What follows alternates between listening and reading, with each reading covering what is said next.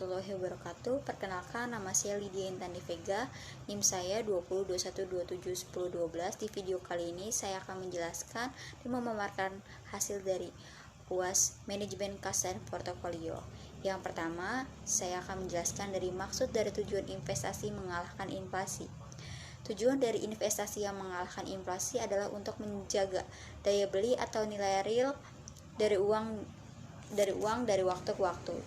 Nilai uang pada masa sekarang lebih berharga dibandingkan nilai uang dengan nominal yang sama di masa depan. Maka hal tersebut akan memacu inflasi, yaitu kenaikan harga barang dan harga jasa dalam satu periode.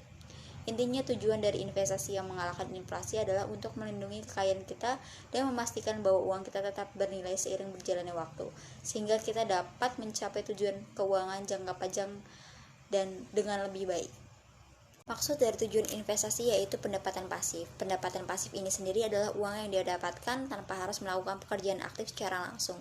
Tujuan dari investasi adalah untuk mencapai pendapatan pasif dalam konteks investasi. Pendapatan pasif biasanya berasal dari investasi yang telah kita buat. Ada beberapa jenis pendapatan pasif dari investasi. Yang pertama ada dividen. Pendapatan dari dividen adalah salah satu bentuk pendapatan pasif yang paling umum dari saham. Ketika kita memiliki saham perusahaan tersebut dapat membagikan bagian dari keuntungannya kepada pemegang saham sebagai dividen. Yang kedua itu ada bunga.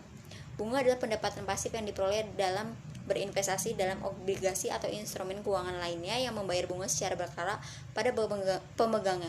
Yang ketiga ada properti sewa. Dengan memiliki properti yang disewakan, kita dapat menerima pembayaran sewa dari penyewa setiap bulan sesuai dengan perjanjian sewa. Tujuan dari pendapatan pasif melalui investasi adalah untuk mencapai kebebasan finansial. Soal nomor 2 adalah sebutkan 2 jenis investasi yang relatif aman menurut pendapat saya. Jelaskan kelebihan dan kekurangannya. Menurut pendapat saya, yang relatif aman untuk dijadikan investasi ada 2 jenis. Yang pertama adalah investasi emas. Emas banyak dipercaya orang-orang sebagai alat pelindung nilai yang mampu menahan laju inflasi.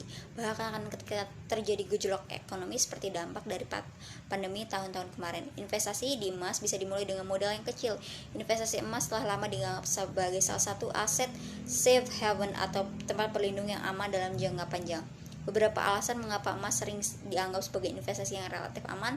Di antara lainnya, emas bisa menjadi tambahan yang baik karena tidak terlalu bergerak dalam arah yang sama dengan aset lainnya seperti saham atau obligasi.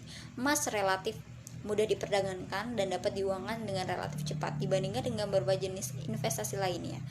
Emas akan memiliki nilai minimal bahkan dalam kondisi ekonomi yang buruk.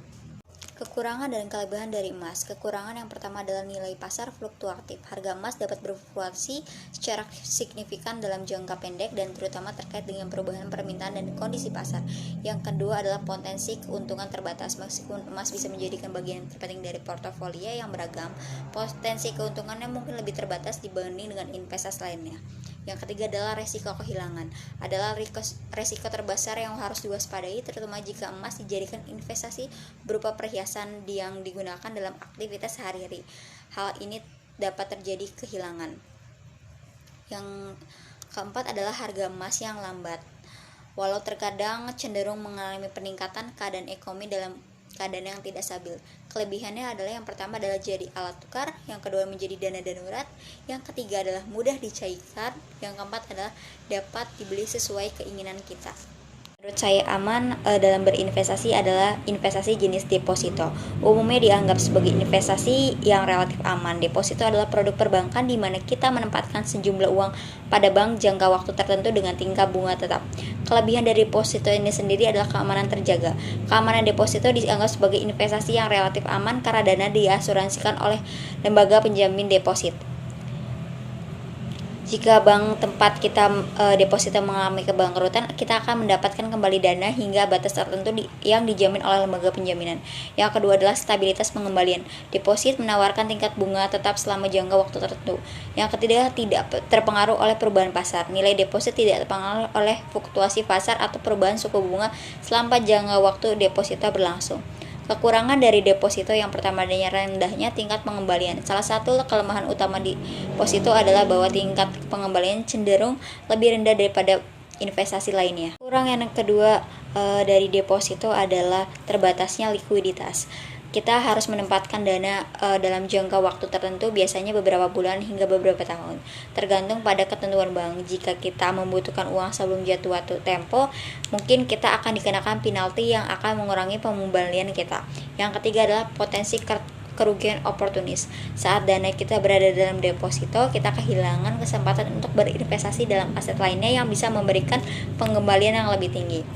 Sekian penjelasan UAS manajemen kas portofolio dari saya. Kurang lebihnya mohon maaf. Wabillahi taufiq wal hidayah. Wassalamualaikum warahmatullahi wabarakatuh.